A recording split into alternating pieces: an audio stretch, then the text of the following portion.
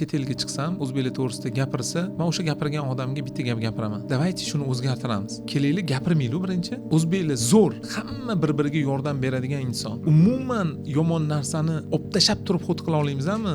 Deyman, o'shaning uchun gapirgim kelmayapti, chunki agar shu narsaga olib kelsak borku, yaxshi fikr bilan insonlar o'zgara oladi. Agar masalan yevreylarni solishtirsangiz, men bir ikkita kruvda o'tirganman-da, yevreylar to'g'risida aqlli gap gapirilsa, ular xursand bo'ladi. Lekin yevreylar to'g'risida yomon fikr esa jahli chiqadi. Hattoki realni bo'lgan bo'lsa ham.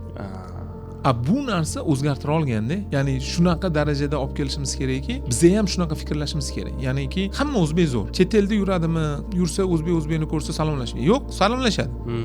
U sen bir ikkita ko'rganing bilan emas deydi. Hamma salomlashadi, kimdirga yordam beradi, ko'radi, uchrashadi. Kimdir yiqilib qolgan bo'lsa, boshqa millat bo'lishidan qat'iy nazar biz ularni yaxshi ko'ramiz va yordam beramiz degan qarash bilan bo'lish kerak. Mana shu narsalar insonlarni o'zgartirishga olib keladi. Nega deng? Qarang, chet elga chiqamiz, xuddi shu liniyada aeroportda bilet olishda o'chirtga turamiz va hamma o'zbeklar o'sha o'chirtda bemalol turadi. O'zbekistonga qo'nishimiz bilan borku, u narsa bo'lmaydi. Nega? O'tda turdi-ku, o'tda yaxshi edi-ku. Nega O'zbekistonga shu kelib turib qarash o'zgardi, harakat o'zgardi, boshqa o'zgardi? Desa, shu holatga mana shu gap so'zlarni ko'payishidan deb bilaman.